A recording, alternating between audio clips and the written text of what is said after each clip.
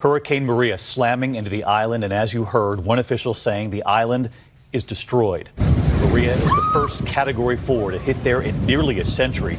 150-mile-an-hour winds. September 20th, 2017. A Category 4 hurricane slammed directly into Puerto Rico, an island home to over 3 million American citizens. Within hours, the island's entire power grid collapsed. Some residents would not see electricity again for nearly a year. Nearly 3,000 people would eventually die. Not only from the storm itself, but from the months of chaos, isolation, and government failure that followed in its wake. This is the story of Hurricane Maria, a storm that exposed just how fragile an island and its relationship with the rest of the nation could truly be. To understand the scale of what happened in 2017, it helps to understand the position Puerto Rico was already in before Maria ever formed.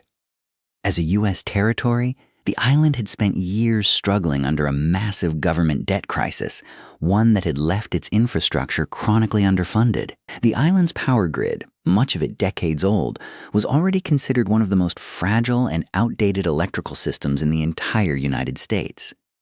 Just 2 weeks before Maria arrived, Hurricane Irma had brushed past the island, causing significant damage and knocking out power for hundreds of thousands of residents. Puerto Rico was still very much in the process of recovering from that earlier storm when meteorologists began tracking a new, far more dangerous system forming in the Atlantic. Hurricane Maria developed in mid-September 2017 and underwent one of the most rapid intensification periods ever recorded in the Atlantic basin, strengthening from a Category 1 storm into a full Category 5 hurricane in less than 24 hours as it moved across the warm waters of the eastern Caribbean. It first struck the small island nation of Dominica with catastrophic force, causing widespread destruction before setting a direct course toward Puerto Rico.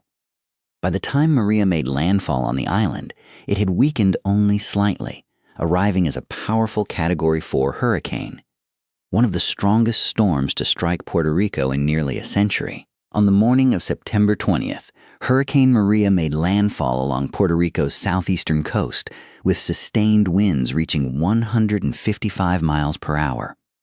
Remarkably and devastatingly, the storm tore across the entire length of the island over the following hours without losing significant strength, something few storms are able to do. Rainfall totals exceeded 30 inches in some of the island's mountainous interior regions, triggering catastrophic flash flooding and widespread landslides. Rivers overflowed their banks with tremendous force, sweeping away homes, roads, and bridges in a matter of hours. In the mountainous interior of the island, entire communities found themselves completely cut off from the outside world, their access roads destroyed, leaving some without any outside contact or aid for days, and in the most remote cases, for weeks. Perhaps the single most defining image of Hurricane Maria was not the wind or the floodwater, but the darkness that followed in their wake. The storm completely destroyed Puerto Rico's already fragile power grid, triggering what remains the largest blackout in United States history. For the vast majority of the island's 3.4 million residents, electricity vanished almost overnight. Hospitals were forced to rely entirely on emergency generators to keep patients alive. Families across the island cooked meals over open flames, and communication with the outside world became nearly impossible as cell towers collapsed one after another across the territory. What made this crisis so extraordinary was not simply the scale of the initial blackout, but the sheer length of time it lasted. While power was gradually restored to major cities like San Juan over the following weeks and months, some of the island's more remote and mountainous communities remained without electricity for as long as 11 months. This made Hurricane Maria's aftermath not only the largest blackout in American history, but also one of the longest sustained power outages ever experienced in a modern, developed nation. In the weeks that followed landfall, a broader humanitarian crisis began to unfold across the island. Hospitals struggled desperately to keep patients on dialysis machines and ventilators alive as backup generators failed or simply ran out of fuel. Clean drinking water became increasingly scarce, forcing many residents to rely on contaminated or unsafe water sources, which in turn led to outbreaks of waterborne illnesses in several communities. Elderly residents and those living in the island's rural, mountainous interior were often the last to receive any form of aid, cut off both physically by destroyed roads and bridges, and logistically by a relief system that quickly became overwhelmed by the scale of what it was facing. For many families in these isolated regions, help simply did not arrive in time to prevent unnecessary suffering and loss of life. The federal government's response to Hurricane Maria would go on to become one of the most heavily criticized disaster responses in modern American history. Critics and independent analysts pointed to comparatively slower aid delivery, fewer allocated resources, and what many described as a lack of urgency, especially when compared to the mainland responses to Hurricanes Harvey and Irma, both of which had struck the United States just weeks earlier in that same active hurricane season. In the months and years that followed, independent researchers and universities conducted extensive studies attempting to estimate the true human cost of the disaster. Not simply deaths caused directly by the storm's winds and flooding, but the far larger number of deaths caused indirectly by the extended loss of power, clean water, and access to medical care in the disaster's long aftermath. These independent estimates ultimately placed the total death toll close to 3,000 people, a figure dramatically higher than the government's own initial official count, sparking a prolonged and contentious national debate over how disaster-related deaths should properly be counted, verified, and reported to the public. For months following the storm, daily life across Puerto Rico came to revolve almost entirely around the absence of reliable electricity. Families adapted in whatever ways they could.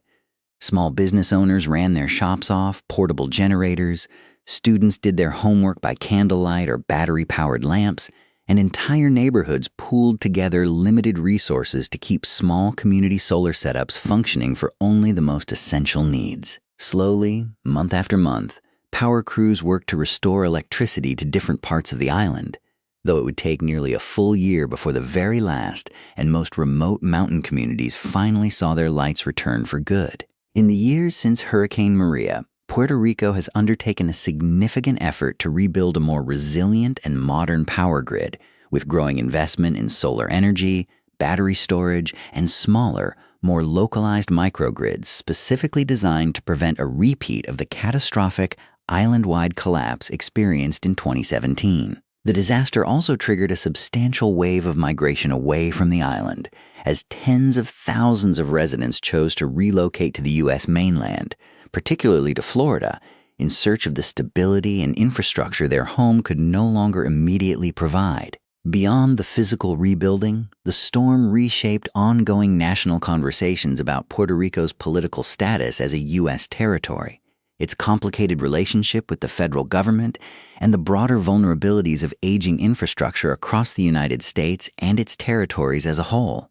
Hurricane Maria was far more than simply a natural disaster. It served as a real-world stress test for an island's infrastructure, and for its place within a larger nation that many residents felt had responded too slowly and too inadequately to their suffering.